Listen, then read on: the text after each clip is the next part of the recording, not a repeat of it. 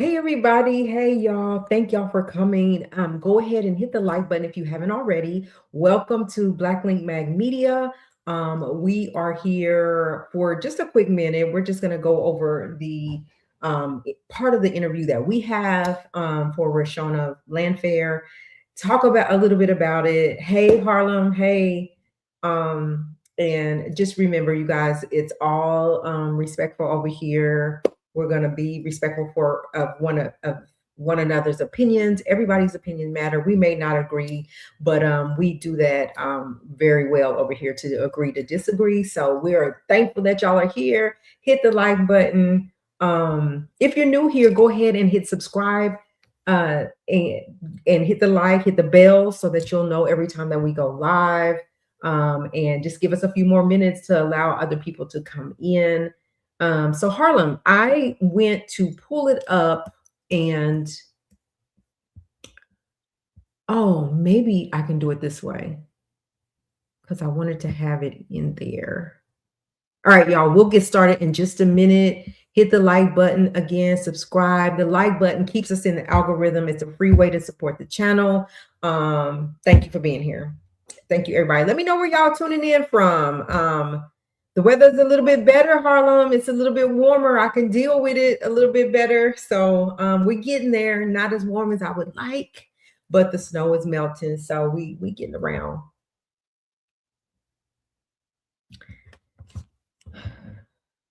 Give us just a few minutes and we'll get started, y'all. New Jersey, East Coast. What's up, New Jersey? Georgia. What's up, Georgia? We are here in the Midwest. How's the weather in New Jersey and Georgia?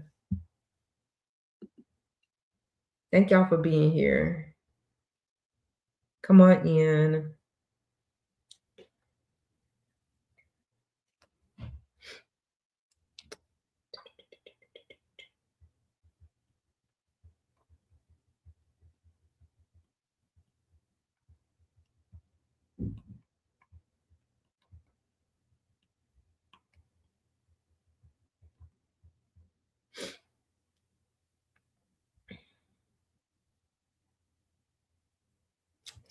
Welcome, everybody. It's cold here. It was snowing yesterday. I'm glad we got past the snow. Hello, Josh. We got past the snow, but it's still cold. So if I can get it to be a little bit warmer, I will be okay. Thank y'all so much for being here. Don't forget to hit the like button. I'll be right back, y'all.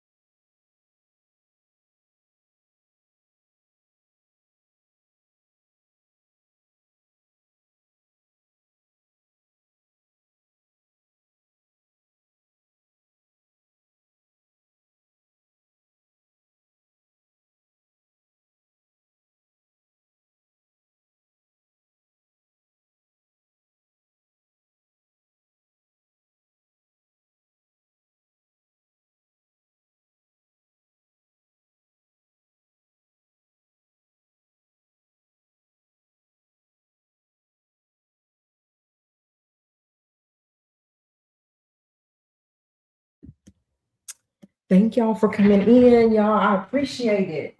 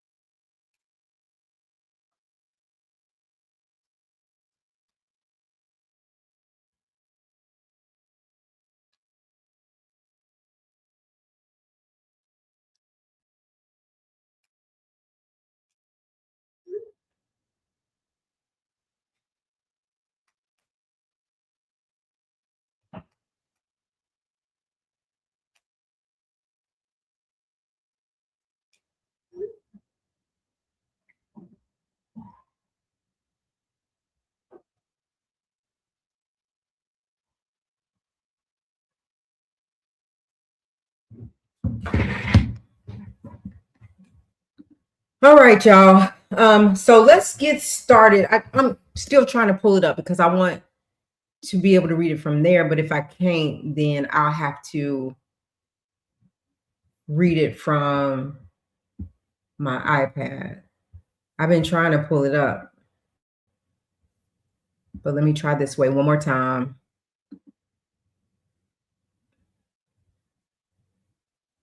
One more time, we might get it.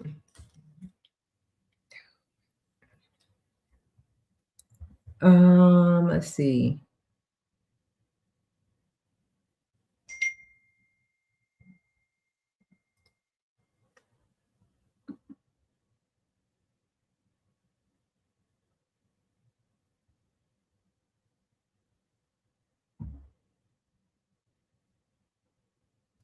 So it's not that one. Where are you at?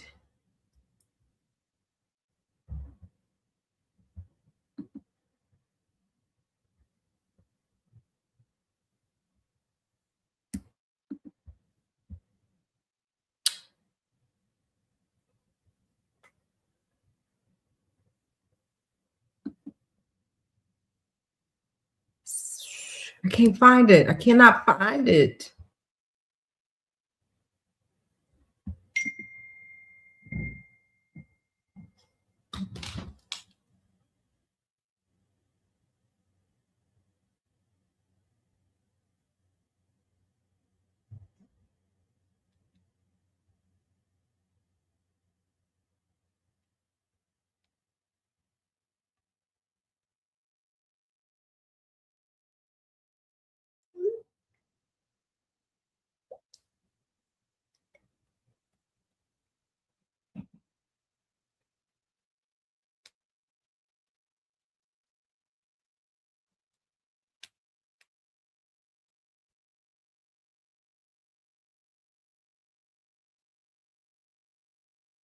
Okay. Let me get back over here. I don't know where. So I'm gonna have to pull it up a different way, y'all. I'm sorry. Don't mean to keep y'all on hold like this. I am trying to catch the Grammy. So yeah, it is on Rolling Stone. And I do, I'm a when I go to Rolling Stone, I have it, I had it pulled up, but I'm trying to pull it into StreamYard from my email, but I logged in and I can't find it. But I'm ready.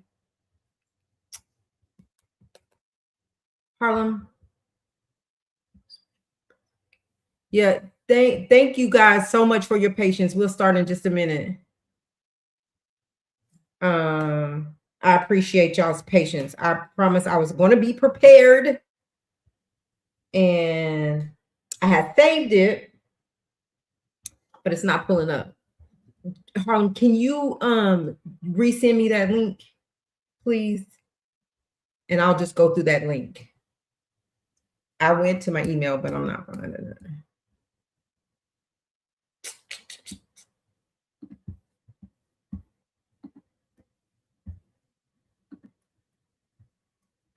So that's that.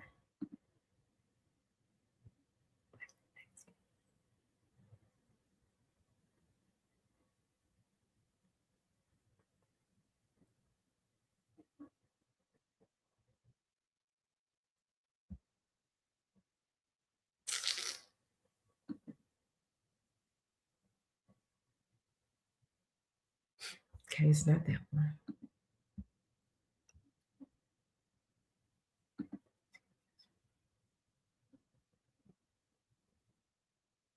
Oh, I think I found it. I think I found it.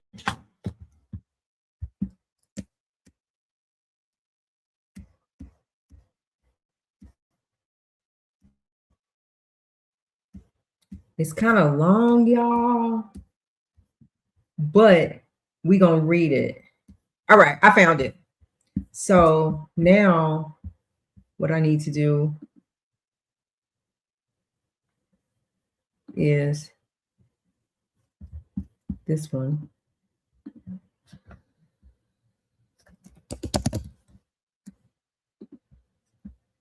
Okay.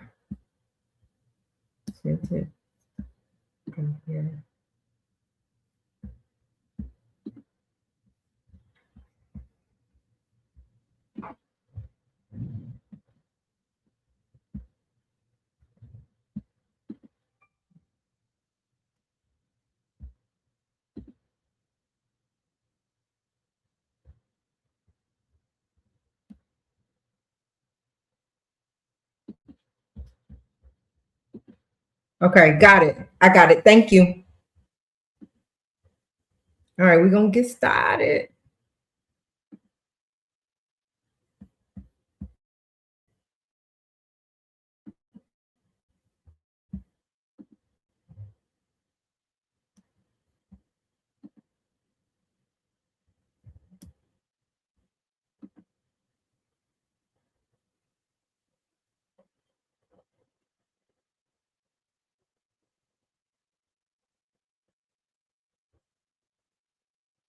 Yep, got it.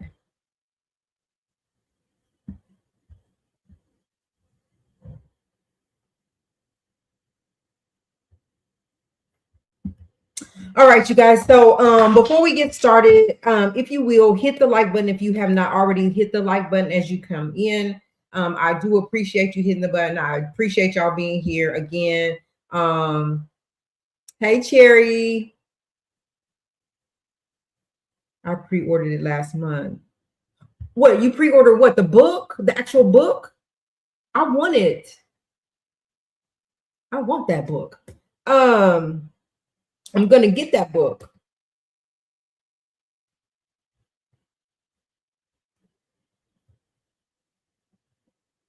So let me start out. There we go. Let me just start out the book. Okay. Also, I'm gonna try to get that book too. Thank y'all for hitting the likes, but our likes are not matching. So if you can hit that like and take a half a second to hit the like button, and again, I appreciate it. So listen, first of all, I want to say that why is it doing that?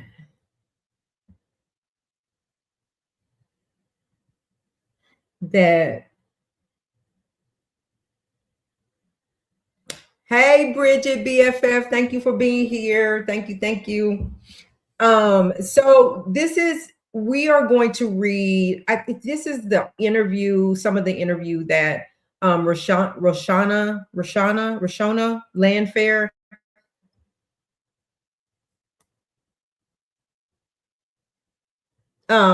she did with Rolling Stone.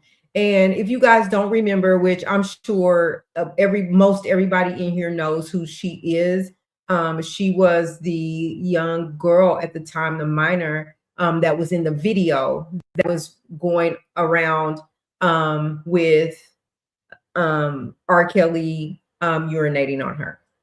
And so we wanted to read this together and kind of talk about it. I'm not here to really just be covering R.Kelly stories or anything, but I am covering what's trending. And this happens to be a real big one that's probably going to be real catchy in the coming weeks. And the book, I think she'll do really good with her book. So as I said, we are going to do this respectfully. And we do understand that everybody has their opinion, and we respect everybody's opinion over here. But we're going to do this really respectfully over here. And then we just going to move on. All right. So J Lucas 10 says, when you broke, you write a book. All right. So I'm going to get started.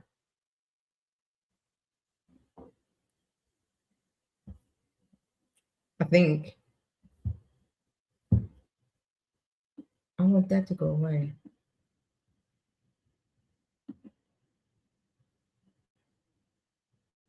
I'm not trying to do the video. Oh, let me X here.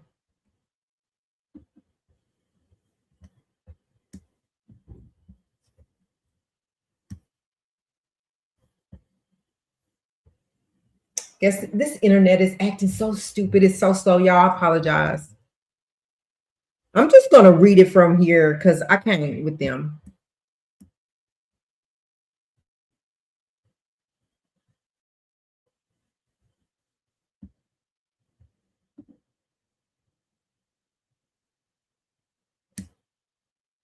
All right. Why won't that go off?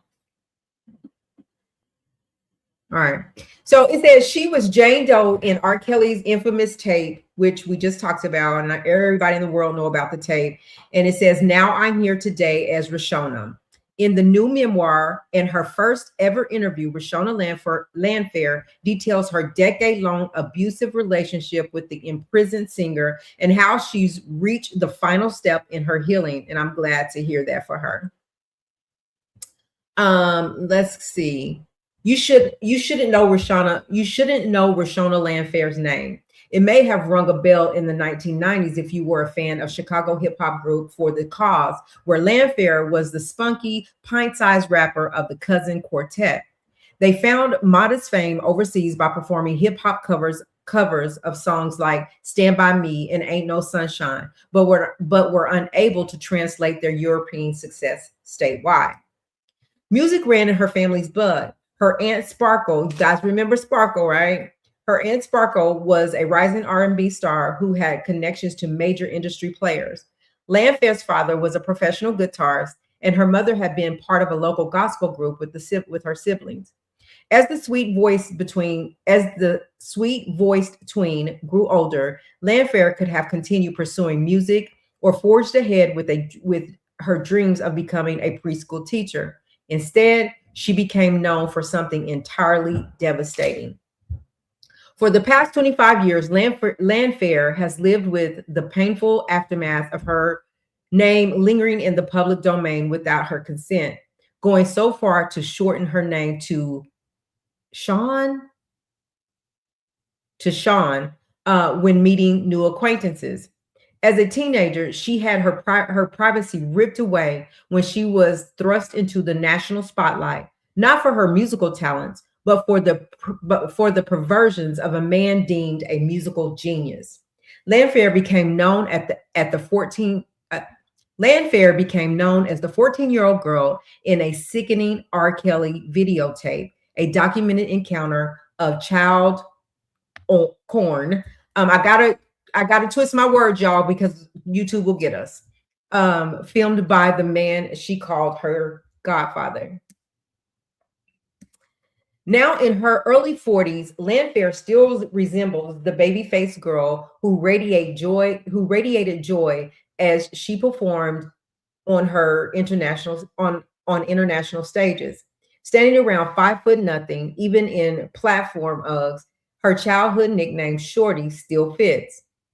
Friendly and composed, Landfair perches herself on a buckle-covered chair in a bright studio on Chicago's Lower West Side for what will be her first ever interview.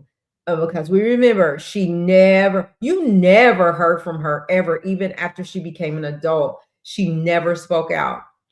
So pushing past any lingering feelings of self-blame, she is determined to take back ownership of her story and her name with the release of her poignant and beautifully written memoir, Who's Watching Shorty? Reclaiming Myself from the Shame of R. Kelly's Abuse. It's out on Tuesday. So this Tuesday, the book is coming out. So you guys, don't forget to hit the like button. Thank y'all for being here again. I appreciate it, everybody. And then I'll catch up on the chat in a little bit. So Tuesday the book comes out. Oh, can y'all still see it? All right.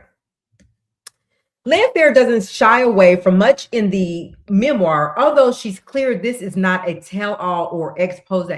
Aw, I was hoping, and I won't keep stopping, but I was really hoping that it was a tell-all, that she would tell everything that went on with her, just so we would know. I mean, if because it's not a tell-all, I'm still gonna get it. We're still gonna support her, but I was hoping to get it all from her side, her story, instead of other people being able to tell what they thought or the stories that they came up with about her. So across 240 pages, Landfair describes how she became ensnared in Kelly's web and how the singer kept her trapped there for more than a decade through a persistent and dizzying combination of love bombing, control, secrecy, and abuse. There were punishment too, leaving scars and black eyes. Oh my gosh. Kelly recorded himself sadistically spanking Landfair to the point that she would bleed. Oh my gosh. She revealed she was still a virgin in the infamous tape. Her mind soupy from the crystal champagne Kelly continued to feed her. For years, Landfair had refused to watch the tape, only doing so when she agreed to testify at Kelly's 2022 criminal trial in Chicago. She expresses her hurt, frustration, and anger over how so many people and institutions failed her, including members of her own family. Landfair is incredulous how society allowed a child victim to be turned into a punchline in comedy skits. But there is no axe to grind, no palpable feelings of hatred on the pages, even towards Kelly. Wow, this memoir is an act of purging, of Landfair unburdening herself of the anchor that came with saying her name aloud, a final step to her healing. There is no job that I can apply for where there isn't where there isn't the forefront of my life, where this isn't the forefront of my life. There's no relationship I could be in where this isn't in the forefront of my life, Landfair tells Rolling Stone. I felt like I was losing power. I came to a conclusion one day and I said, if I just lay all this out, I no longer have to explain myself. I no longer have to fear the whispers about me at the table. Oh, oh, you know who that is. Oh, you know who that is. Once I realized that I didn't have peace or privacy by hiding, I had to take ownership. Kelly's crimes have been well documented through several trials, investigative reports, and the pivotal Surviving R. Kelly docuseries. Together, they shed light on how the 59-year-old methodically leveraged his star power to pursue underage girls for X over decades, often videotaping the encounters. As Kelly quietly paid off victims with six-figure settlements and escaped accountability, his means of control escalated. He began cultivating a harem-like dynamic where teens and grown women were instructed to call him daddy and had to seek his permission to eat and use the bathroom. In 2021 and 2022, Kelly was convicted in two separate federal trials in New York and Illinois, respectively, on charges of racketeering, X trafficking, producing child X SA imagery, and coercing minors into X acts. He is currently serving concurrent 20-year and 30-year sentences at a medium security facility on the outskirts of Durham, North Carolina. At the center of it all was Landfair. It was the illegal video of her 14-year-old of her at 14 years old that found its way to Jim DeRogatis, the Chicago Sun-Times music critic who published damning reports on the singer that helped launch the first child porn case against Kelly. Kelly was acquitted in his first trial, and yet she's never publicly told her story until now. There was no logic in the now. It was just my final chapter of letting this situation go, releasing myself of it, my family, and not having to play in the shadows of Robert any longer, Landfair explained. I just really wanted to capture the fact that I was a human being. I had dreams and aspirations. I was not just the R. Kelly girl. In a statement provided to Rolling Stone on behalf of Kelly, the singer's attorney, Bew Brindley, says that Mr. Kelly wishes Miss Landfair all the best. At a young age, Miss Landfair was unfairly forced into the public eye against her will by people that were intent on destroying the reputation of R. Kelly. She did not deserve that, Brindley adds. Mr. Kelly has no negative comments to make about her. He hopes she finds success and peace. So where does Landfair want to start? At the beginning. Once I realized I didn't have peace or privacy by hiding, I had to take ownership. An earlier scene in Landfair's book begins with her eavesdropping on a conversation among older family members in her grandparents' home. R. Kelly has made us his family, and I'm grateful, Landfair recalls her mother declaring. That's God. I don't care what nobody says. If the whispers of Kelly proclivity for young girls reached the Landfairs at that time, it would have been easy to wave them off, as so many did, as salacious and unfounded gossip. I thought he was safe, Landfair explains. The way he presented himself to people, especially my parents, they thought he was safe. At the time, Kelly was putting distance between his bump and grind persona by embracing gospel music, releasing the soulful I Believe I Can Fly, and publicly devoting his life to Christ. In reality, he was a wolf in sheep's clothing with a cross around his neck. We know a lot of people like that. Kelly entered the Landfill's life through Rashona's aunt Sparkle after he took the newcomer R&B singer under his wings as his protege. It marked the start of Kelly's growing influence over the wider Landfair family. He subtly zeroed in on a young Rashona after meeting at a For the Cause performance, taking an interest in her hobbies while simultaneously ingratiating ingratiating ingratiating himself into her family's life. He courted the family's trust with generosity and opportunity. An impromptu meal at the Cheesecake Factory with the multimillionaire's treat.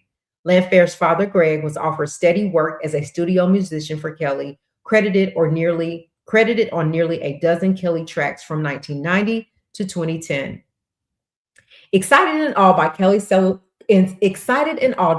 celebrity, a 12-year-old Landfair began spending more time around Kelly at his recording studio and tagging along to group outings with Sparkle. Oh, did it die? Just a second, y'all. Gotta plug my thing up.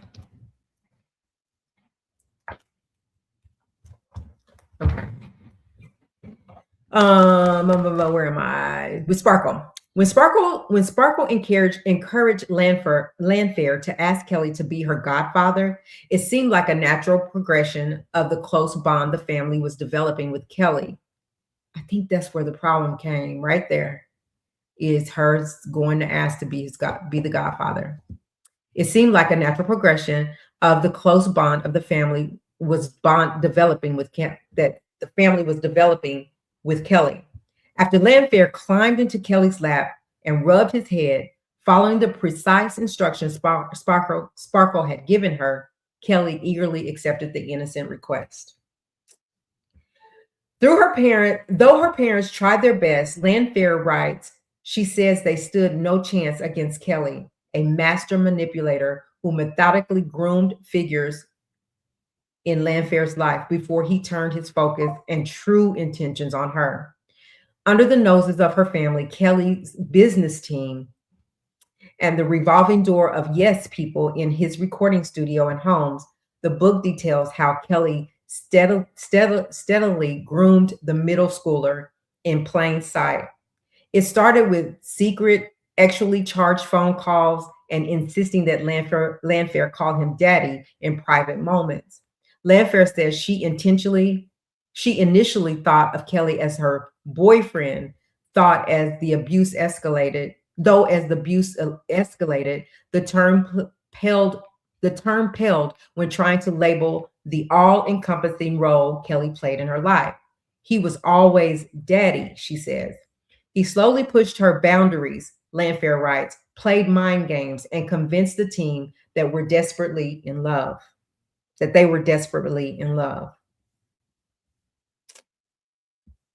This is the cover of her book. Who's watching, Shorty? Rashona Landfair. Okay. Robert knowingly victimized me as a child. I was brainwashed by Robert and an ex-slave, Landfair writes. Robert made me suicidal as a young adult. It is awful being me. Oh gosh. I gave up my family for him. Nothing else mattered back then. And I still didn't know why. But by that time, I was 16, 17 years of age. The only thing that mattered was him. I was manipulated and independence didn't seem like an option. Robert shattered me. Ugh, makes me want to throw up. Oh. The role Landfair's family members, including Sparkle, played in fostering her relationship with Kelly, even as whispers of their relationship became screams, is difficult to reckon with. Landfair does not excuse her family's decisions. Instead, she contextualizes them, laying out a dangerous combination of willful ignorance, financial dependence, and shame. I think the first stages of my parents were utter naive denial, Landfair says. There were points Landfair wishes her parents could have had. Um, there were points Landfair wishes her parents could have had the discernment to intervene. In one passage, she writes about her father praying over her, rebuking every spirit of perversion and deception that their family might encounter, not yet knowing it had already arrived at their doorstep. I wish your intuition had kicked in when I seemed uncomfortable and would refuse to speak to or even acknowledge any man who was not you or Robert, Landfair writes. I wish you had been suspicious enough to catch Robert in the act of making sneaky actual gestures towards me while I fidgeted, unable to respond and afraid someone might see. By the late 1990s, Sparkle began ringing the alarm bell. Your Aunt Stephanie has been in touch with the Illinois Department of Children and Family Crisis.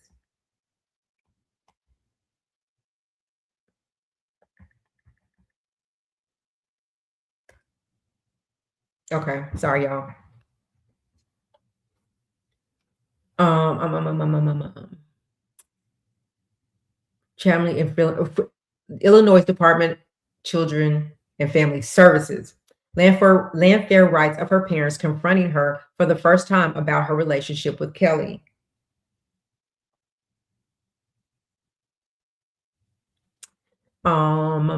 They've launched an investigation. Seems she thinks you may be involved in some indecent sexual activity at Robert's studio, and that it's with Robert. What do you have to say about that?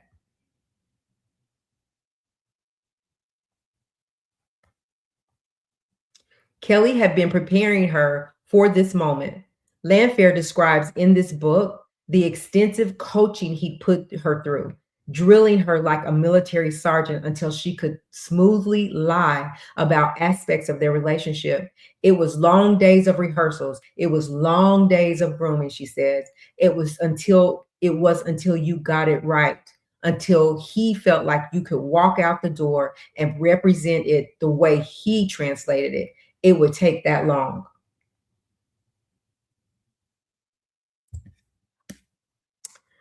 Her parents accepted Landfair's rehearsal denial, but when given undeniable proof of Landfair's relationship with Kelly a few years later with the emergence of the videotape, they were in a nightmare scenario.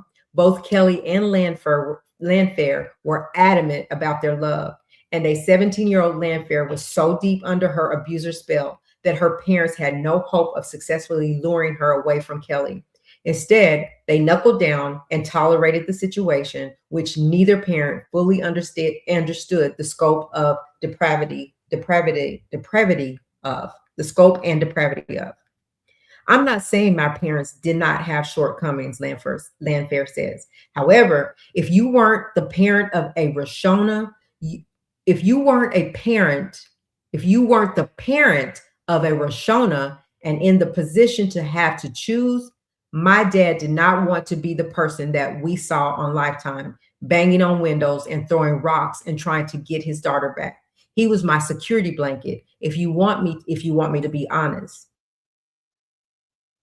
I just really wanted to capture the fact that I was a human being. Okay, I had dreams and aspirations. I was not just R.Kelly girl. Whatever protection her parents tried to offer existed inside a reality Kelly controlled. As Landfair detailed in the book for the first time, the years between 2002, when Kelly was arrested on a 21 count indictment pertaining to a child porn charges, and this 2008 acquittal, his 2008 acquittal were spent under a fog, with Kelly keeping Landfair under his thumb even more than before. In the book, Landfair likens the isolating period to being under house arrest, though that's arguably too forgiving a description given the hostage-like conditions she writes about living under. Paranoid that Landfair might turn on him, Kelly tightly controlled who she could see. He bounced Landfair between various locations, including his tour bus, recording studios, and cramped office spaces, none of which were bedrooms, Landfair clarifies. There were times where I would be sleeping on a chiropractor table. There were times when I would be sleeping in the closet. Kelly's lackeys dropped off meals, often delivered with a specific code knock on the door. Even going to the bathroom required Kelly's or someone else's approval, or someone else. It's anyway. And yet, despite the supposed secrecy despite the supposed secrecy of her whereabouts, Landfair was never truly hidden. Kelly would host parties at these spaces, and a confined Landfair would listen from wherever she was being kept. Her father would secretly steal away, and knock on her door. Everyone knew how he operated, so it feels worse than what he made it look. Landfair explains. You might see me in a different space, or Kelly might have me come out so that it looks a little bit more normal. But I'm living in the garage where the gym is built at one point. I'm living in the office space in the house with just a couch and a little handy chair. I'm just listening to music. I'm sitting at a desk. I'm in here really pretending, trying to figure out if it's daylight or if it's sunlight.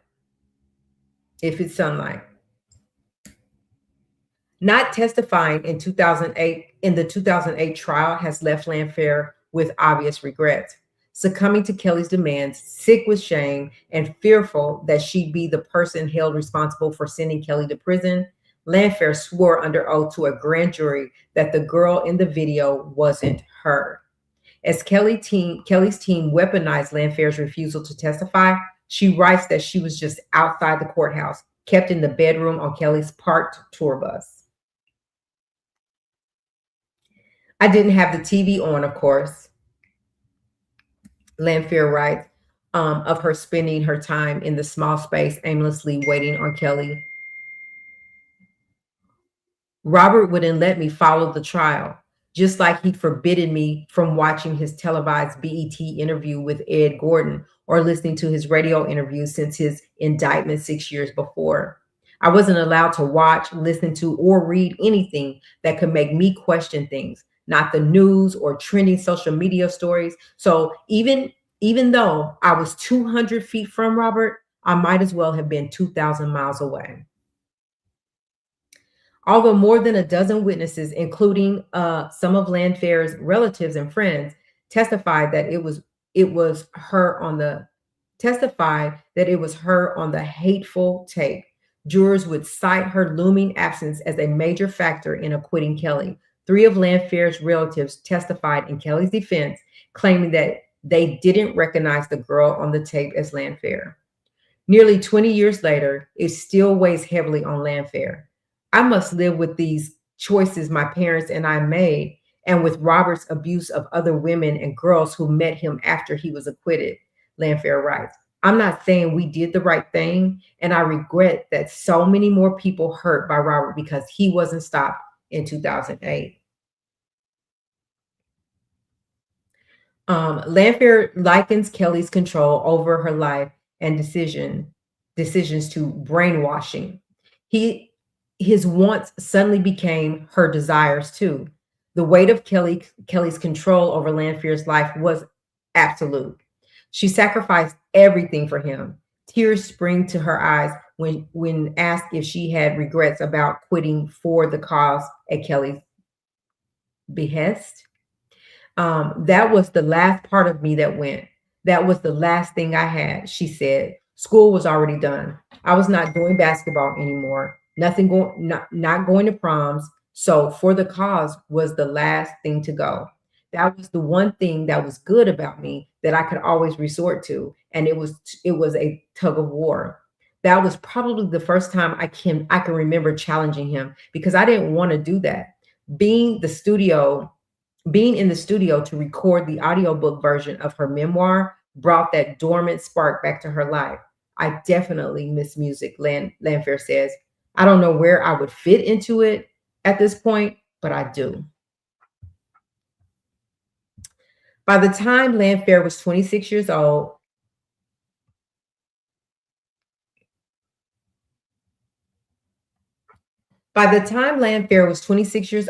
she had managed to untangle herself from Kelly's grip.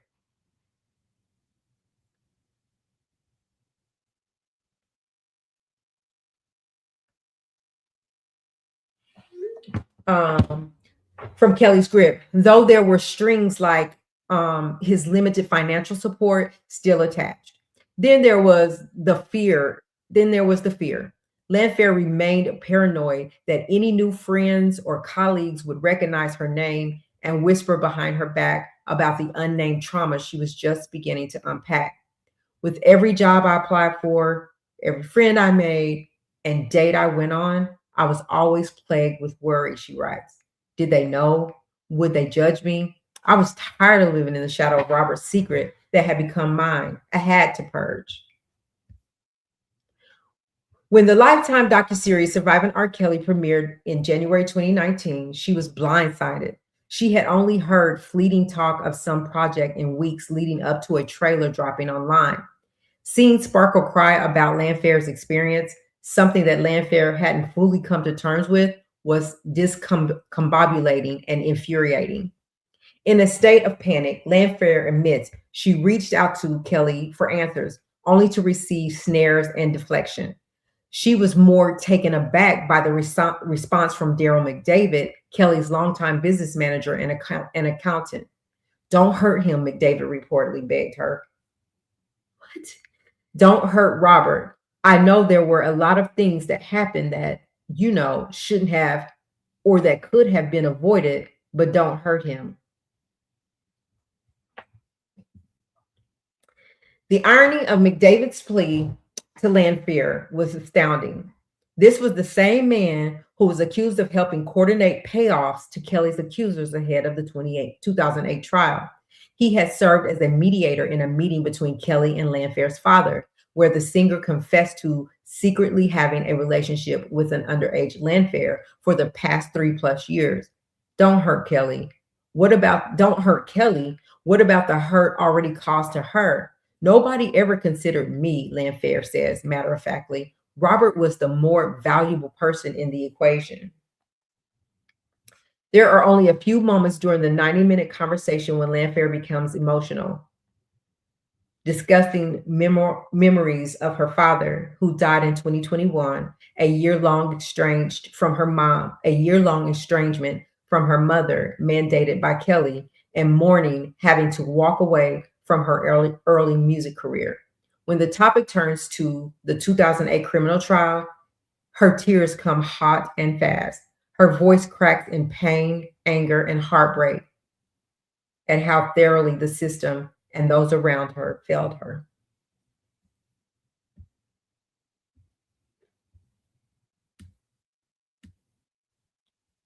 Mm-mm-mm.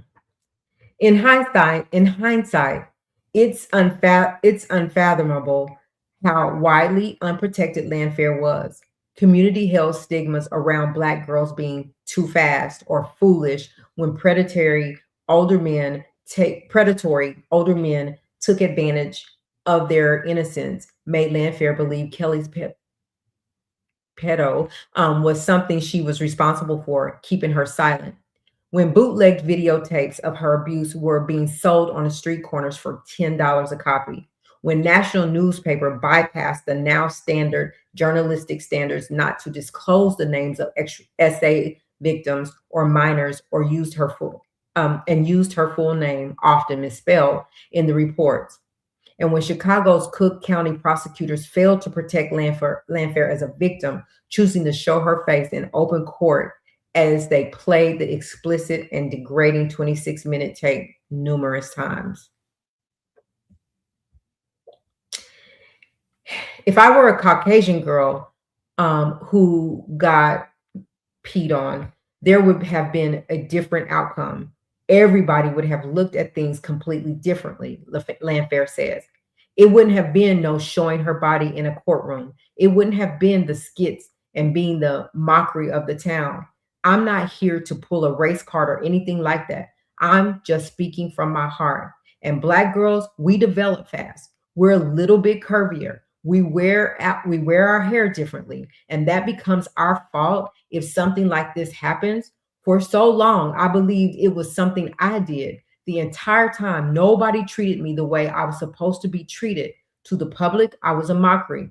I was never a victim, so I never saw myself as a victim. But when Kelly was indicted again in 2019, Landfair was ready, testifying under a Jane Doe pseudonym at the Chicago trial in August 2022. Landfair willed herself to look directly. Landfair veiled herself to look directly at Kelly.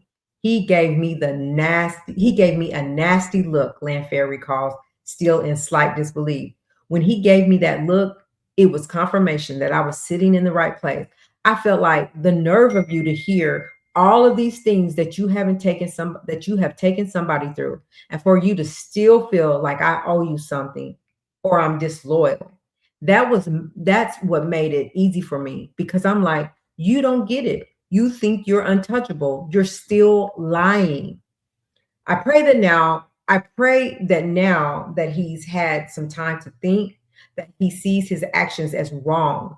Landfair adds, I really think that in his mind, he's looking at it like, you wanted me to do this. You allowed me to do that. I didn't force you. Well, actually, you did. Nobody ever considered me, Robert, was the more valuable. Okay.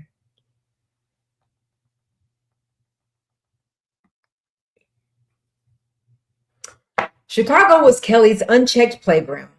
He was a local hero, one of the most successful artists to emerge from the city at a time when only icons like Sam Cooke, Curtis Mayfield, Nat King Cole, Quincy Jones, and Shaka Khan revealed him in fame and accolades. Rivaled him in fame and accolades. Kelly firmly rooted himself in the community. He could be spotted playing pickup basketball. He could be spotted playing pickup basketball, attending local high school games, or just hanging out with the entourage at the Rock and Roll McDonald's. And even now, 4 years after juries across two states confirmed the testimonies from survivors by finding Kelly guilty on a range of heinous charges, Kelly's presence looms over his hometown. Minutes before my interview with Landfair, a Lyft driver pulls up to an icy curb to take me to the studio where we are scheduled to meet. Kelly's 2000 song "Bad Man" confronted me as I buckled myself into the rear seat. As Kelly belted out the chorus, the oblivious driver made easy conversation about his lunch plans, calling in a hibachi order mid-ride. The song wasn't an intentional choice. It was part of the Chicago themed playlist pumping from the radio system. But the casualness of Kelly's music still being part of people's everyday lives was a jolting wake up call for someone who was passing through. Hold on, y'all.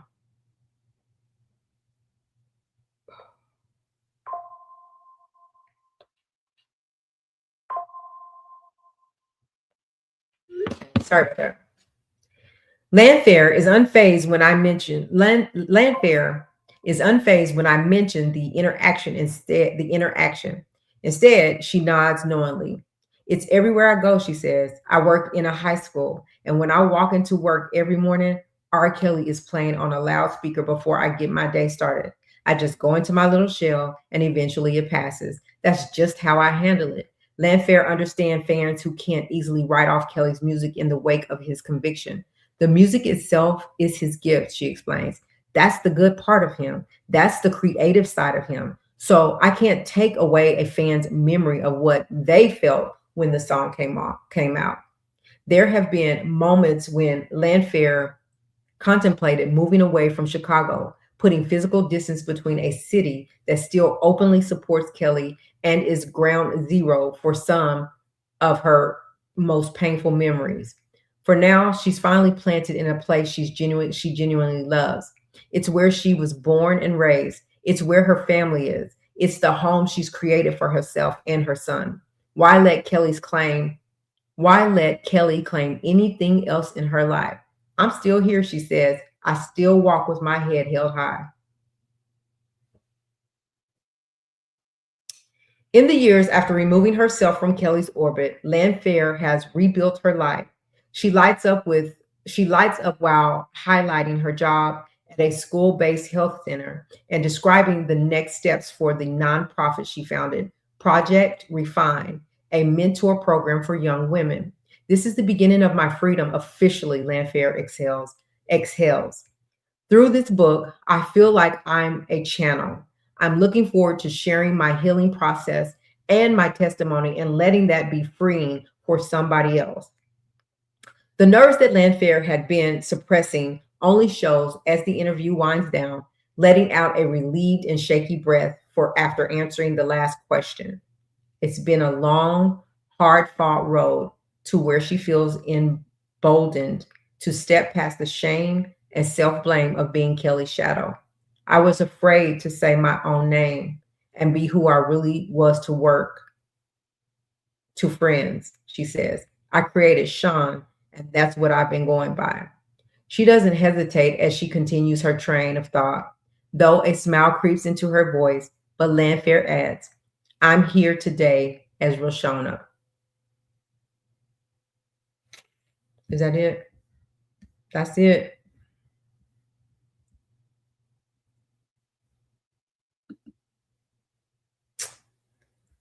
So there you have it. Let me catch up on the comments. And you guys, the likes are not where they need to be. If you could go ahead and hit the like button as you come in, even on your way out, the thumbs up, thumbs down, whatever. It keeps us in the algorithm and I appreciate it. So let's go. Let me go back.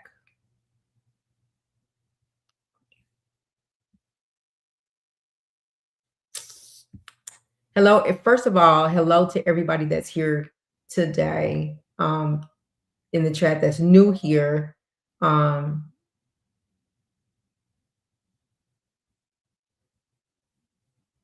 right, so 24 showing in the chat. They have an option at the top for to read it for you. Oh yeah, I saw that. I should have probably let them read it, but I hope I didn't bore y'all too much.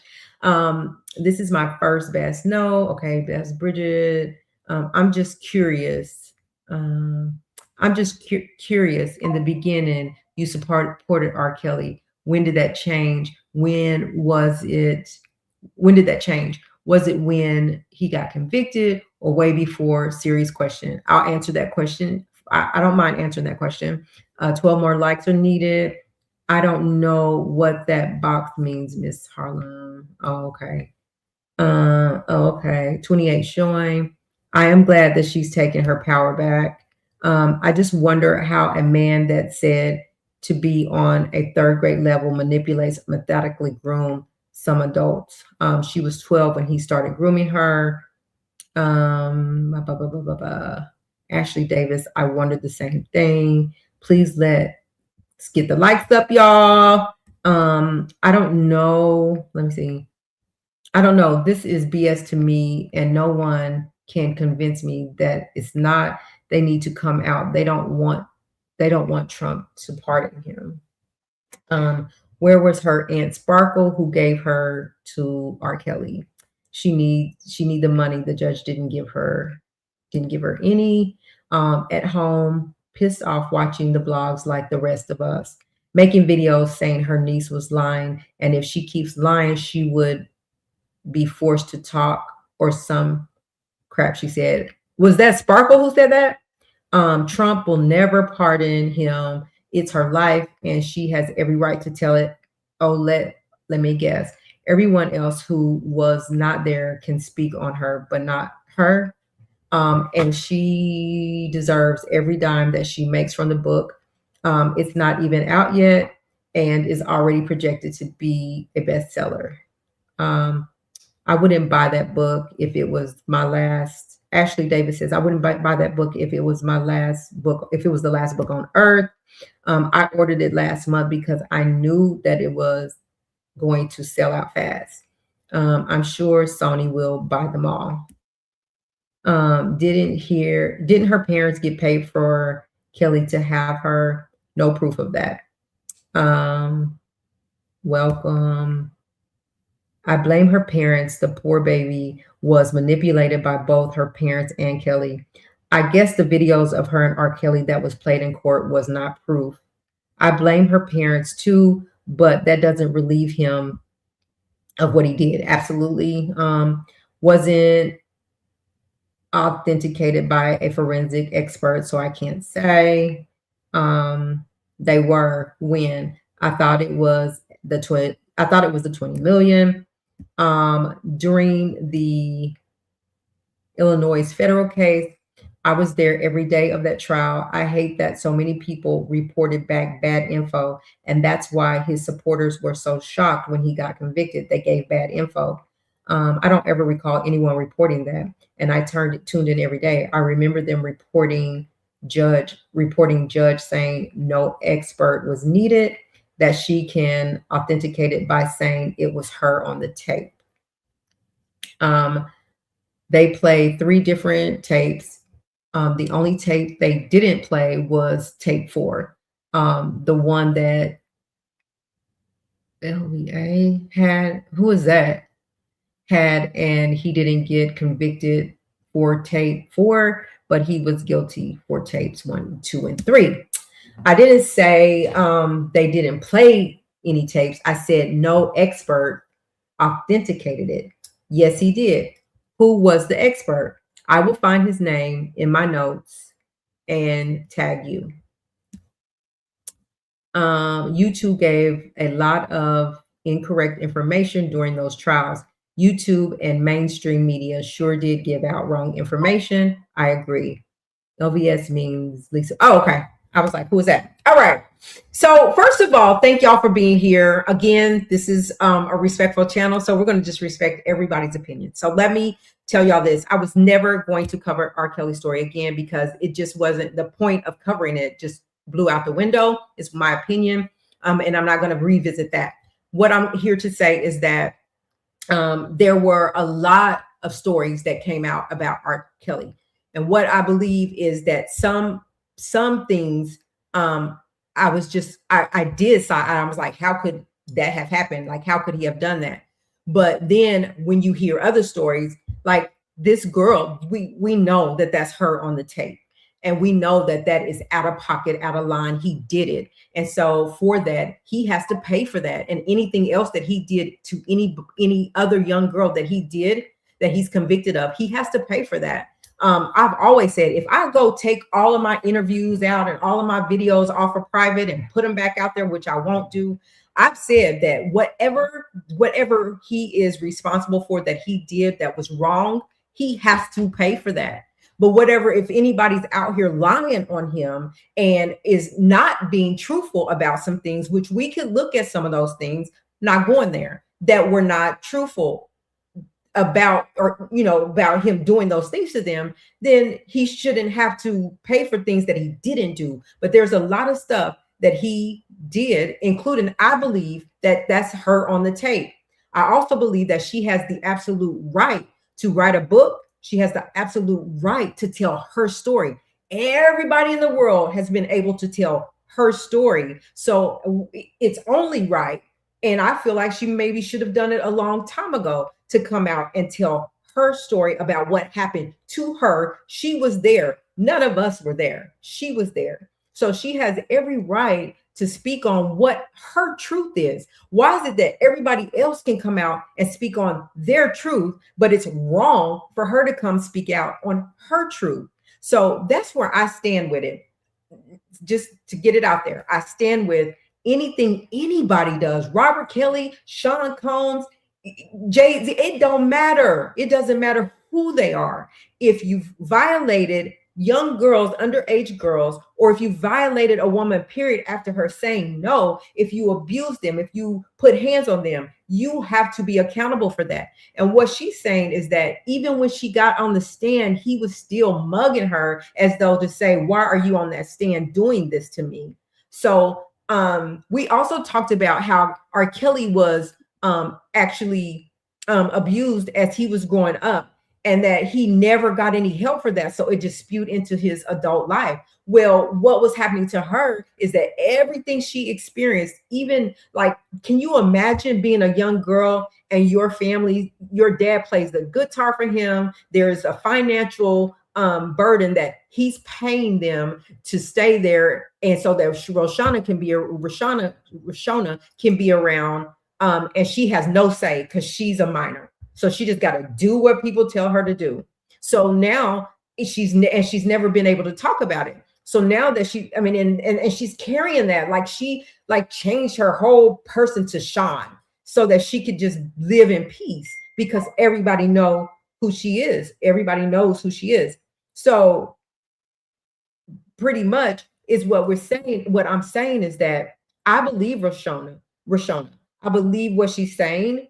I believe that she has the right to do what she needs to do, and I believe that that she should write a book, and that whatever she makes off of that book, at least she gets that, because there will never be closure for her for what happened to her when she was placed on a tour bus and couldn't come out, when she was placed and laying on a chiropractor bed and couldn't come out, when she was placed places and then come out and make it look good, but he's actually violating her. That's her words, right?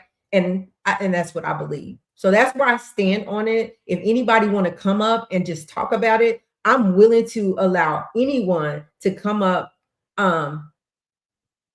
She did not get free housing for life. The feds relocated her because some of his supporters were harassing her. If they gave her free housing for life, okay. So if I'm dropping the link in the chat, you're welcome to come up and talk, but we're gonna keep it respectful. My mods are here, thank goodness. So if it's not respectful, then we'll just stop it because we're not trying to do that. All I wanted to do was come out and read it and just kind of say where I stand on it when it comes to her, when it comes to what I feel about her. And that is that I believe it's her on the tape. I believe that happened to her. Everything she's saying that happened to her happened to her. I believe that Sparkle was dead wrong. If Sparkle would have never said, could you go ask him to be your godfather or your goddad, maybe none of this would have happened. I don't know. But at the end of the day, it has happened to her, and she has the right to get some kind of closure. Some kind of closure. She has a son she got to live for. She needs to be able to live a normal life. And I love the part where she said, I walk with my head up, because none of this was her fault, but she blamed herself the entire time that the reason this was happening is because maybe I'm the bad person. Maybe I deserve to be treated like this. Maybe I deserve to be actually violated, because that's just what's happening. Everybody's agreeing with it, even people in my family. So at the end of the day, yes, Bridget, yes, TSW Oko, I agree with y'all. It's the parents. I put the blame on the parents, but I also blame R. Kelly for doing those things to her that she claims that he did, and he stands convicted of it. So that's my part. So I'll drop the link if you want to. If no one wants to come up here, I'm fine with that too. I'm good with that too. But I am going to drop the link just because I want to give people the opportunity to come and have a conversation. That's what I'll do. I won't go there. And in the meantime, you guys hit the like button for me. The down, if you don't like this, hit the down. If you don't like what I'm saying, you can hit the dislike button, whatever. But if you would, it keeps us in the algorithm, and it's just a free way to support this channel. And I appreciate y'all being here. So the link is in the chat. If y'all want to come on in, that's fine. If not, we will move on. And I'm okay with that. I'm okay with that. Let me see what else is going on in the chat. They gave her, I would be interested in, I think he said that somebody was saying something about like the video was not forensically investigated or whatever. But I think TSWO code was saying that it was investigated or forensically investigated, and we'll find that out. Would you, if you don't mind, would you send that to me too? I don't remember it being investigated, but I do recall that her getting on that stand stating that it was her, that that was going to be proof enough. I may be so foggy. I've been so far removed from the story that I don't remember, but yeah.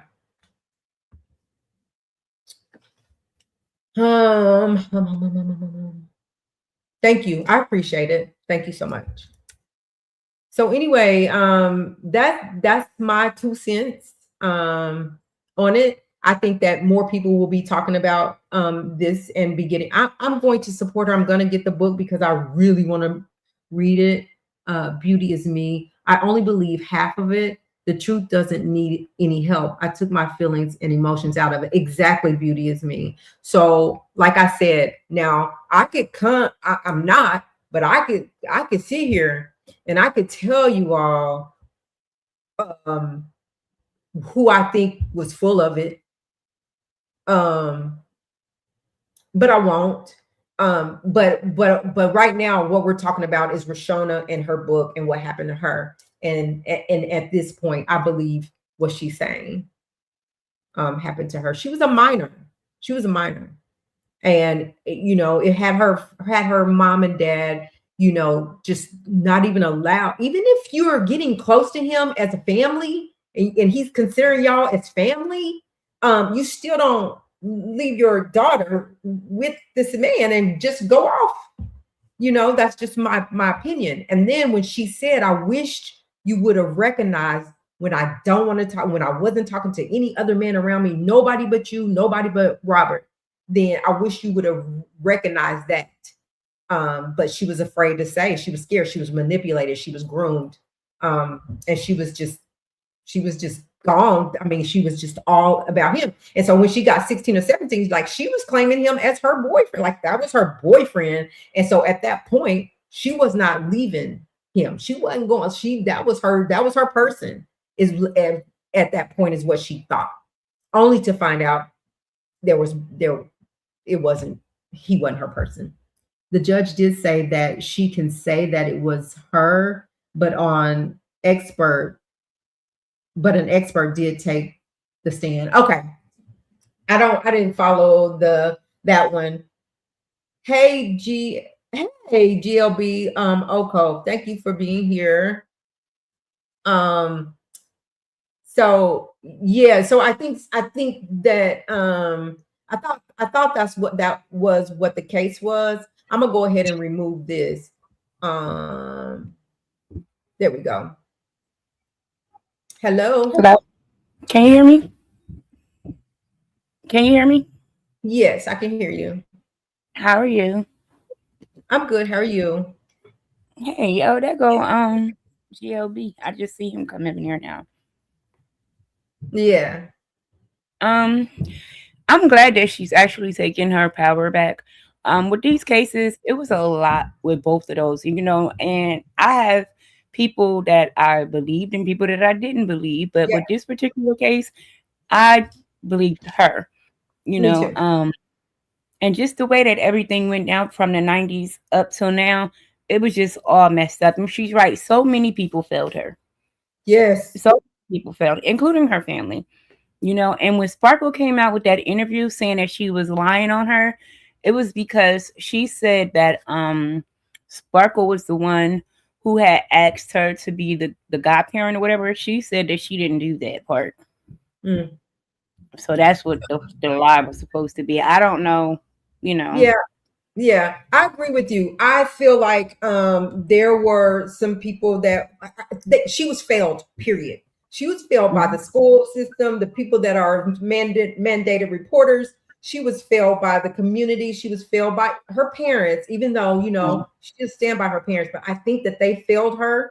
And what is she supposed to do? Everybody's failing me. So I'm just going to do this. Right. And so Right. she ended up just going with the flow, which really and truly in her heart, that's not what she wanted. And the thing she was hanging on to was that nonprofit that was snatched away from her. And then she felt like once that was gone, like what else did she have to hang on to? Hey, Right. I can't even see y'all. I can't see nothing. Hello. Um, Thank you for being here. You can't see? I can't see. I got my glasses. Let me grab them. Can't see a lick. Um, but but anyway, back to what you were saying.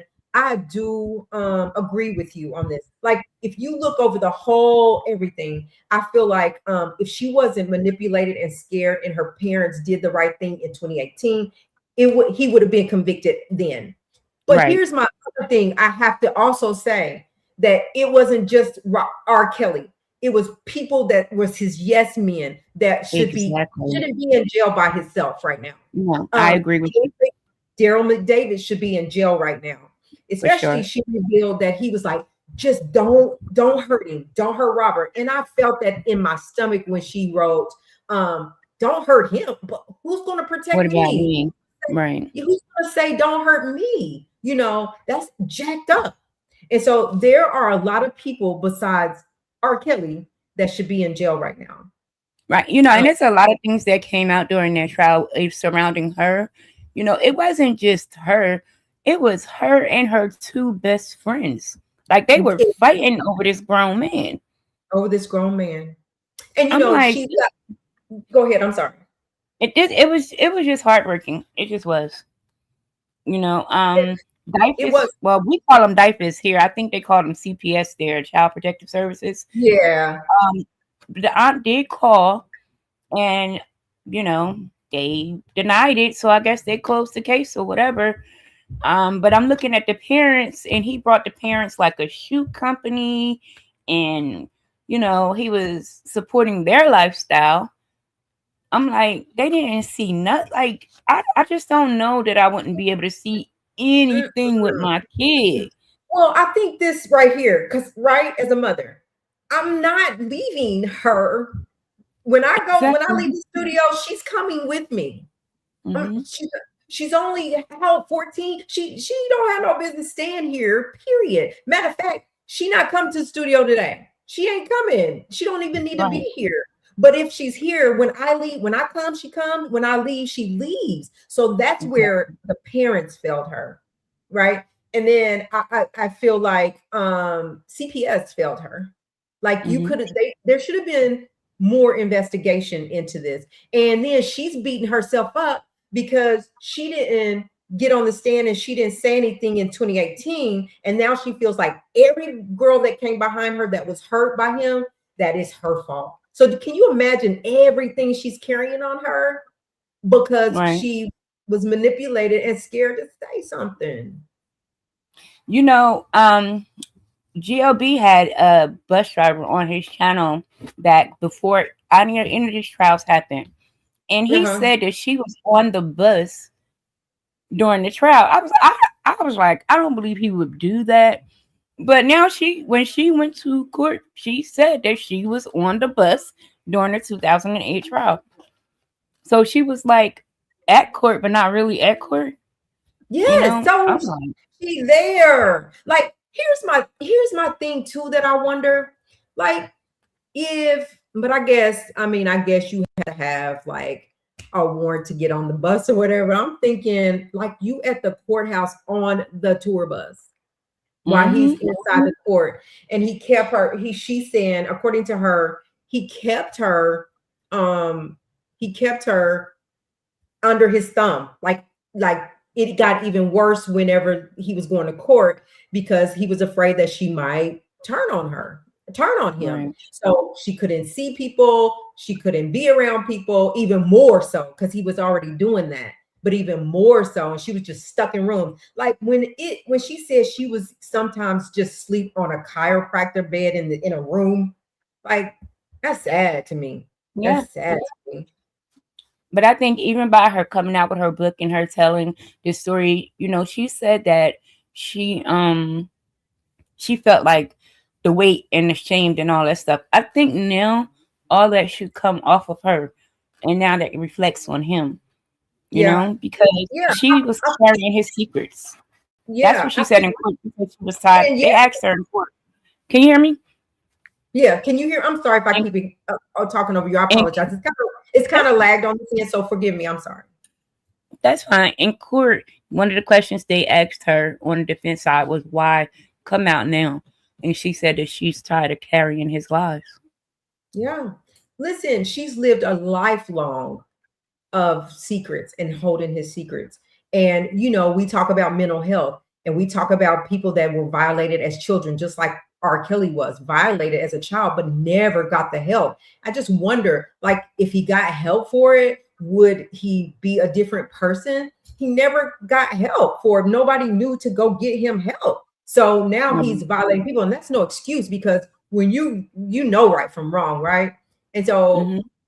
you got this 14-year-old and then she's carrying, like, now she's saying she didn't want to be the one responsible for putting him in prison, so she wasn't going to say nothing because if I say something, what I say is going to put him in prison, so I can't do it. So she wasn't able to do that. But I think, like, it irked her to the core when she gets up there on the stand and he mugging her like, what are you up on this stand for? After but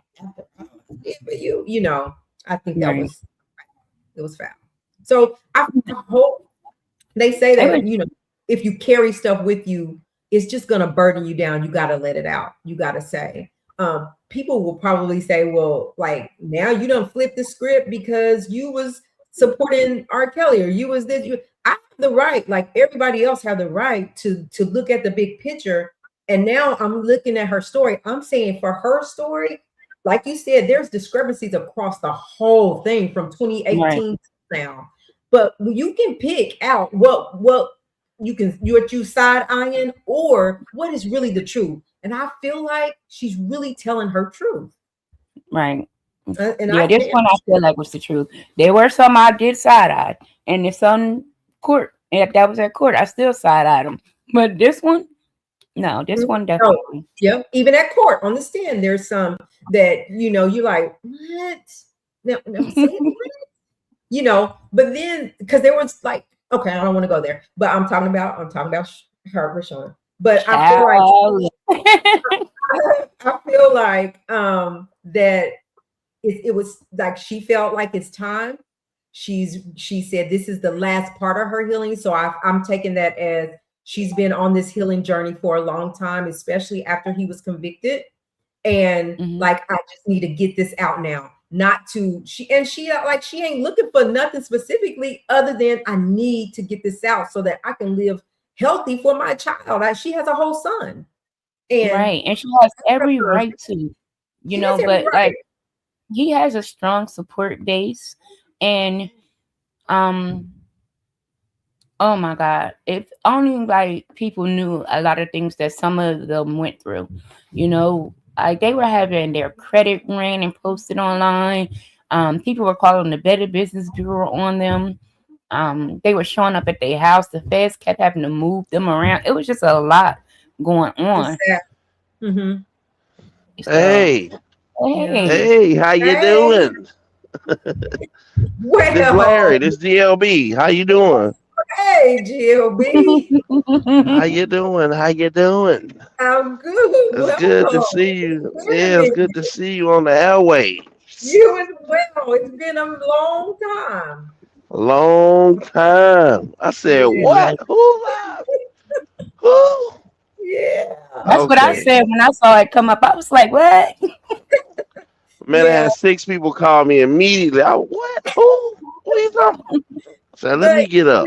so I'm listen, I'm gonna tell you where I stand, and that is I just report the news. I'm not, we talking about Rashona. That's It it. is okay. It is okay to change your mind and have your own opinion, how you Yes, process yes, information. People try to tell you how to process information. They can't do it. I've had to change my mind several times about different things, about different people that yeah, I was close to in this situation. So, yeah, I think in the long term you better for it. But if we don't, as people, we don't agree with everything anybody does, even your significant other. Like I don't agree with everything my wife say. I don't agree with everything nobody say. Yeah. So I think that's who you are. I think you're telling the truth and you're Yeah. being honest when you are, you know, when you out here and you got your individuality going on and you're able to compartmentalize things. Like Yeah. one of the things that I've heard you talk about, and I'm nobody else talk about, that no one else want to talk about is the mental and the things that happened to Robert. Yes. No Yes. one, no one, no one, no one will ever talk about that because it seems like it's an admission of guilt, but it's not.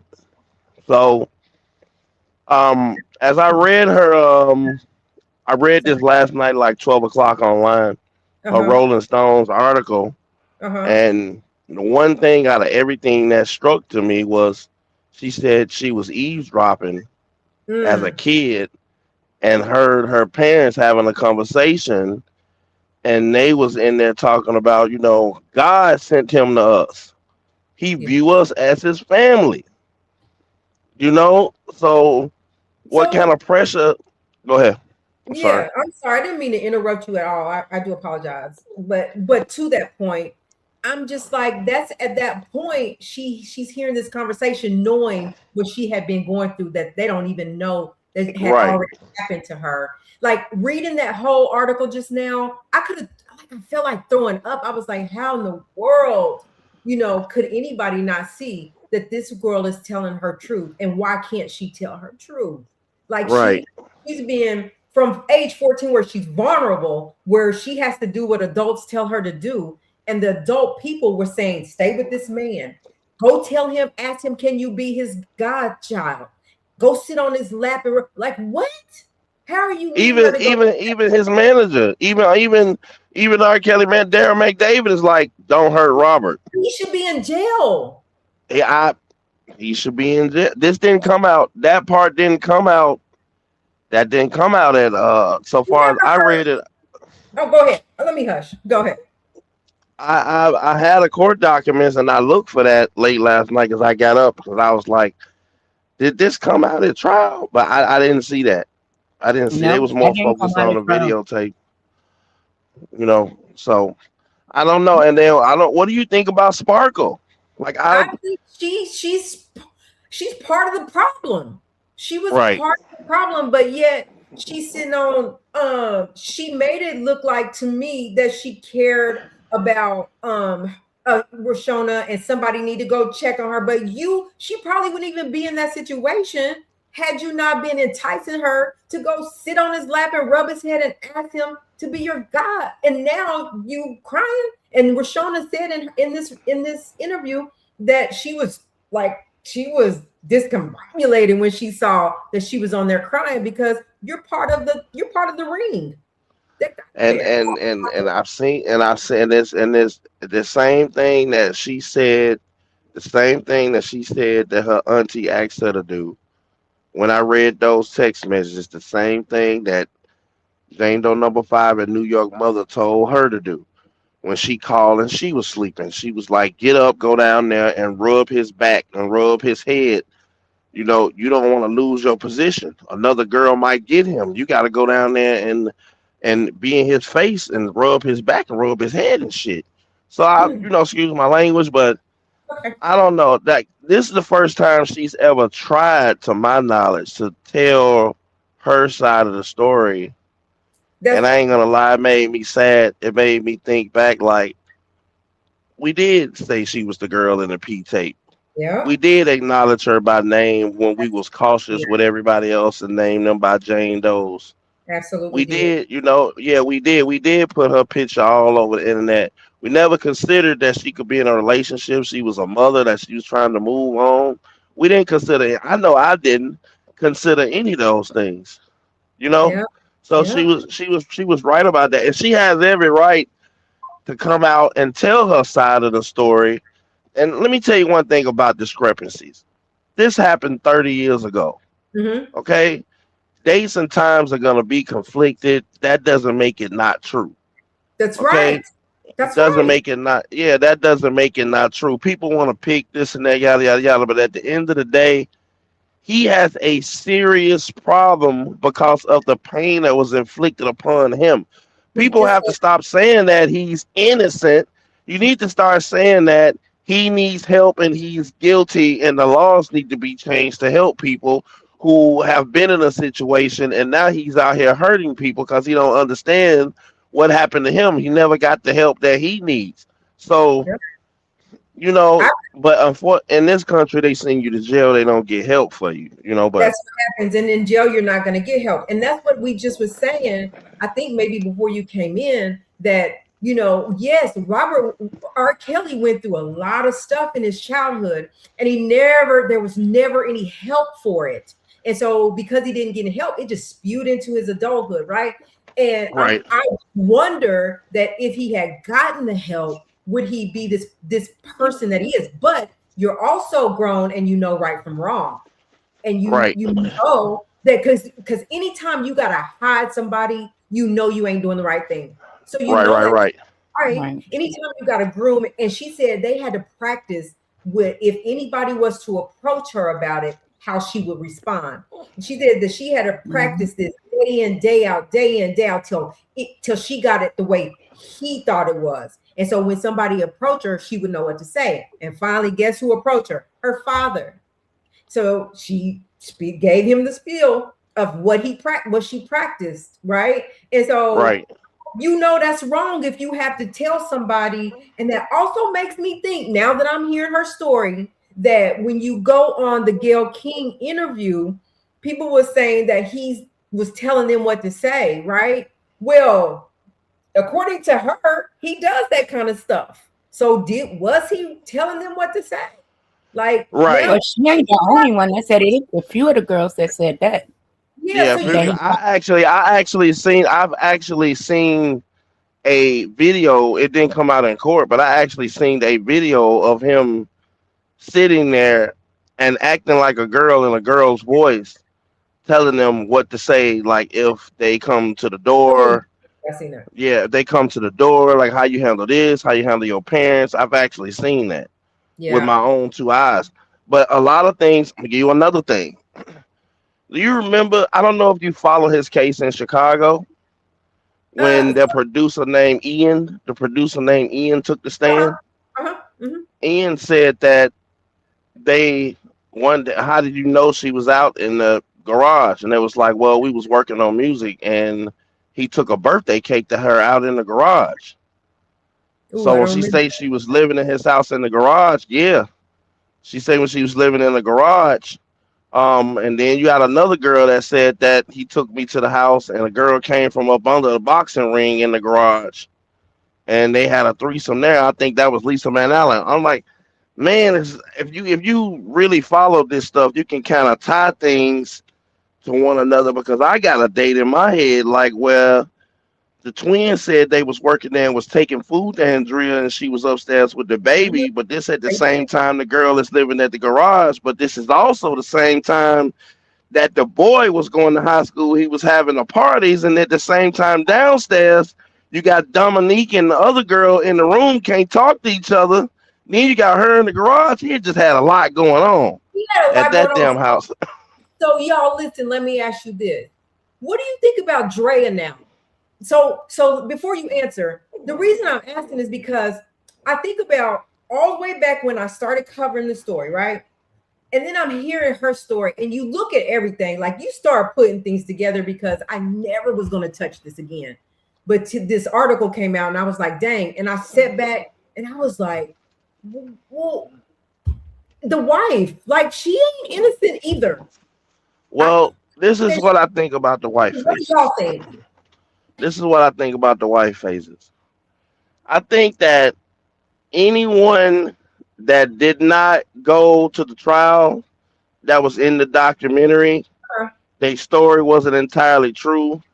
And they was. Uh-oh, you cut out. Are you muted? Are y'all there? Hello? I'm here. Oh, okay. He must have dropped. Oh, he dropped. He'll come back. Yeah. What do you think about it real quick? With Drea, you know what shocked me? One, she didn't come up. She wasn't on the stand. That was a red flag for me. Also, during Rashona's testimony, she stated that she also was involved with the wife. See, Right. we So now thought and that. then and the feds don't put people on the stand that's gonna have issues and problems. Um, you know, that don't have issues and problems. The Fed's not gonna put anyone on the stand that'll open the door to somebody that wants to come in and testify that they don't want as a part of the case. So come on, Drea was with him all that time. She wasn't pregnant the whole time they was married. She was only pregnant what 3 times.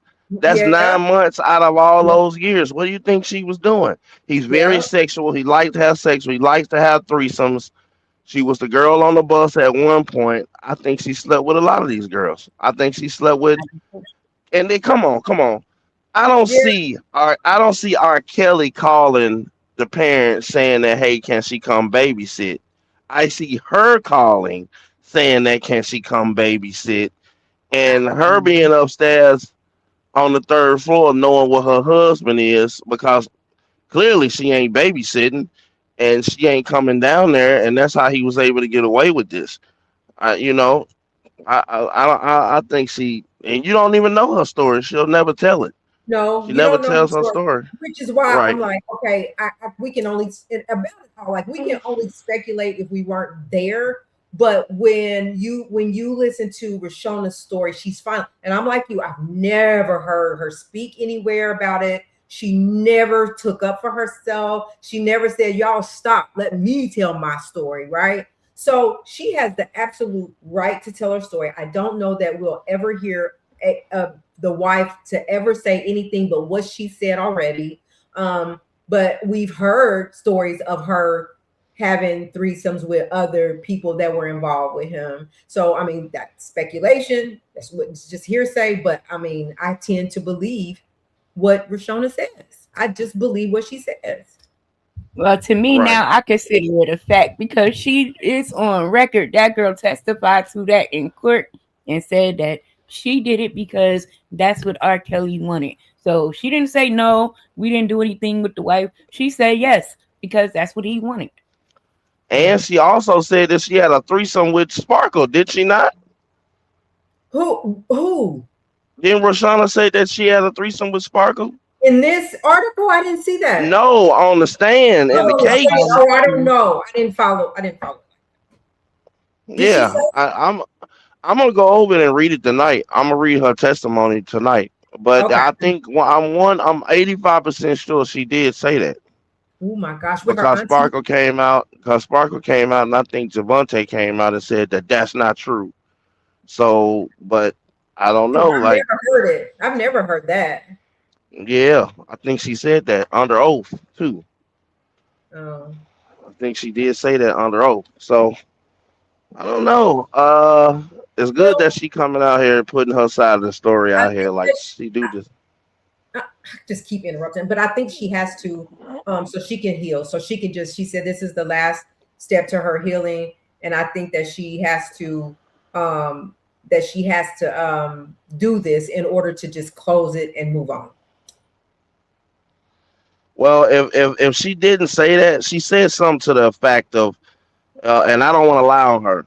She said something to the fact of Sparkle that it was an uproar online. I thought that's what she said, but if she didn't say that, like I I know said, I'll she read it said that later. Sparkle was jealous because he chose her over Sparkle or something like that. But Right. yeah, I'm just saying I never heard her say that, so I can't say. But if you're Yeah, gonna, me neither. I'll take that back. I'll take that back. I don't want to, you gotta. I have to be extra careful. You see what I'm saying with what yeah, I say because they looking for, yeah. Anything for you. things to So pick yeah, anything for me. anybody else want to come up? The link is in the chat. We're having a respectful conversation, whether you agree or disagree. We're gonna keep it respectful over Mhm. here. But the whole conversation is about. I really wanted to get people's opinion about the wife and to see what you guys felt about Rashona. And even if you are R. Kelly supporter, like I said, there's a lot of stuff that when some other girls were speaking about things happening to them, I was like, what? Because their stories didn't make sense to me. Well, And let there's me ask you. Let me ask you a question, Phases. Let me ask you a question. The wife, Why wouldn't the wife? I mean, they're divorced, so you don't have that aspect of it to where she can't testify against her husband. Mhm, The wife was there all that time, all those years. I mean, Precious Way is at the hotel down the street. mhm. It happened in their house. I Yeah. mean, I just don't understand the line of questioning. Like, why wouldn't she testify? She didn't have nothing of value to add to the case. No abuse to her. No, she didn't go and tell the feds about what he did to their father, and she went on there and got them $5,000 from surviving R.Kelly. So it doesn't seem to me like she has a problem coming out publicly talking about him. I just don't. It just puzzled me, like why the feds wouldn't put her on the stand, I would and think why. that. Oh, go ahead. And I'm Tim, like, Tim Savage told me that when they went to go and meet the feds, wherever they had to go, she was in the hallway crying on the floor. She bust out the window and was crying on the floor. And I yep. never knew what she was crying about. And he told us this a long time ago. And other people that was there with him said that she was hollering and she came out the room hollering and crying Hmm. on the floor. So I don't know, you know, what that Yeah, was about. I agree. I'm like, okay, so she was the wife. It seemed, but divorced. So it seemed like you would have subpoenaed her to court to make her testify because you were in the home. Like you were in the home at this time. Because I remember, and I could be wrong, that she would pick her up from school.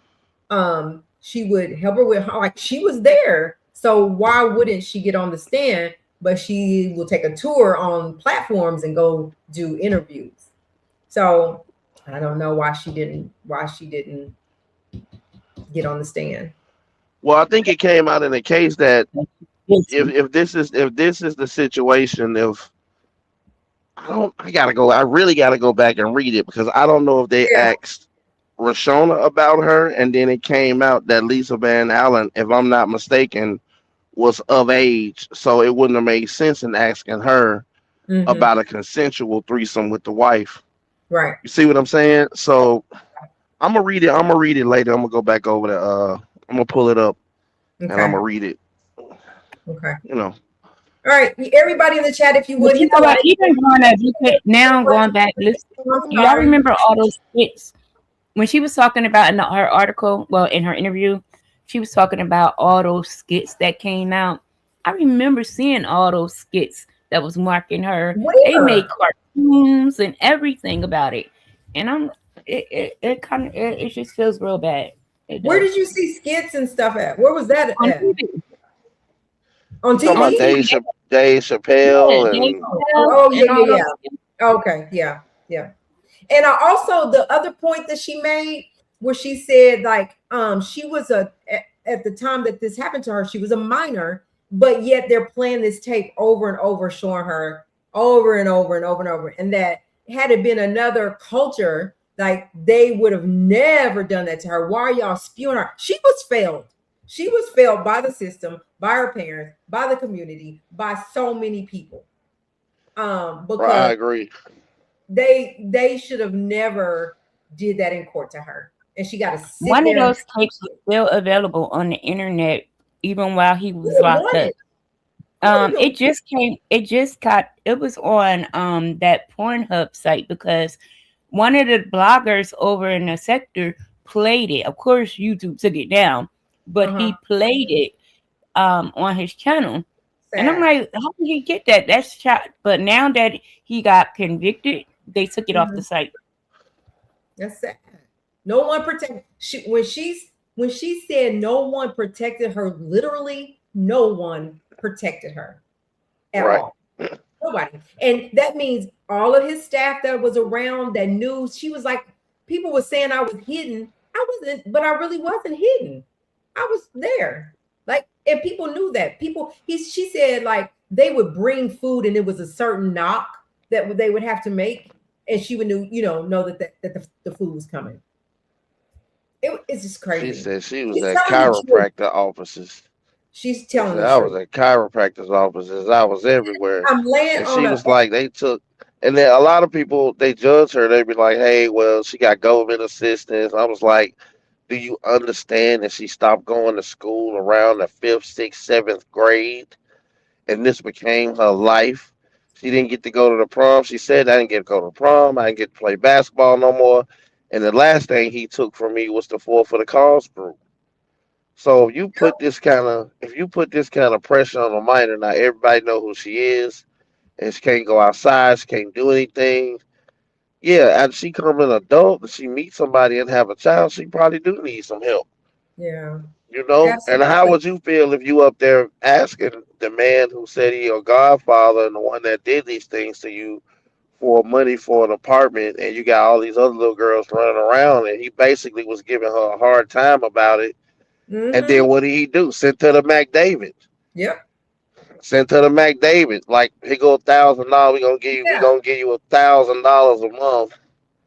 I was like, And ah, how she was boy. saying McDavid was like she McDavid was to R. Kelly what Christina Korn was to P. Diddy, what Ghislaine Maxwell was to Epstein, because he was the one that, according to this article, this statement, these what she wrote is that he was the one paying six figures to pay people to stay off of him for other girls.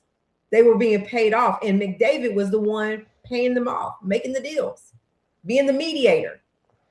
Boy, Well, when they went over they the just put a financials of this family in court, the financials, and they had all the checks written to that family. It was a lot going on there. Yeah. well, they getting their money back. What they'll make what the lawyers is they just got him thrown in the hole, and he might be there for 10, 20 years in the hole. One phone call a week, no visitation. So I'm pretty sure that was a plot. That probably was orchestrated. So they'll get all their money back now. You Yeah. know, Yeah, 'cause because I I don't think think he'll that's get strange out of the now that hole. Daryl McDavid's lawyer is his lawyer now. Like that's crazy. Yeah, But What okay. happened now? he, What'd you just say? Daryl McDavid's lawyer, that was his lawyer in their trial, is now Yeah. R. Kelly's lawyer. Oh, I didn't know that. I thought he had a woman Yeah. lawyer. Then she went away. no, He don't Oh, he, okay. yeah, he done been two lawyers since then. it's Oh, a okay. lot that happened. It's a Yeah. lot that happened since then. Yeah. But hey, guys, I gotta get back to bed. I gotta drive tonight. All right. Well, drive safe. Thank you for coming on. We appreciate it. It's good to see you. Thank you. Thank you. You as well. ESW. Okay, Thank okay. you. All right. All right. Talk to you later. All right. So, anybody else want to come up? We're gonna be on just a few more All right, minutes, and Faces, then I'm gonna go down too. okay. I'm gonna go in the Okay. chat and finish it. Thank Thank you. you. Uh-huh. So you guys, thank y'all so much for coming in. Thank you for the link is still out there. We got about 5 more minutes if you want to come up. If not, that's okay. I just want to say thank you to everybody that came in. Thank you for hitting the like button. Thank you for being respectful over here, no matter how you felt about it. We appreciate that. It's just I wanted to just because Rashona did finally speak out, I just wanted to share what she was saying with my people, and then we've got a lot of other people in here, so I'm excited about that we could come in here and we could be respectful with one another here. So again, thank y'all for being here. If nothing else, if nobody else is coming up, then I guess we'll end here. But I think I was looking for somebody in this chat. I don't see him. So anyway, I hope y'all have a good rest of y'all's night. We do go live every Monday, Tuesday, Friday, Saturday, and in between we do our shorts. In between, if there's something breaking, we will come live. But our normal schedule is Monday, Tuesday, Monday, Tuesday, Friday, Saturdays. Friday is Freestyle Fridays. We talk about a little bit of everything. So again, thank y'all for being here. I hope y'all have a good night. We'll see y'all soon. I gotta go catch the Grammys. Bye. Thank you.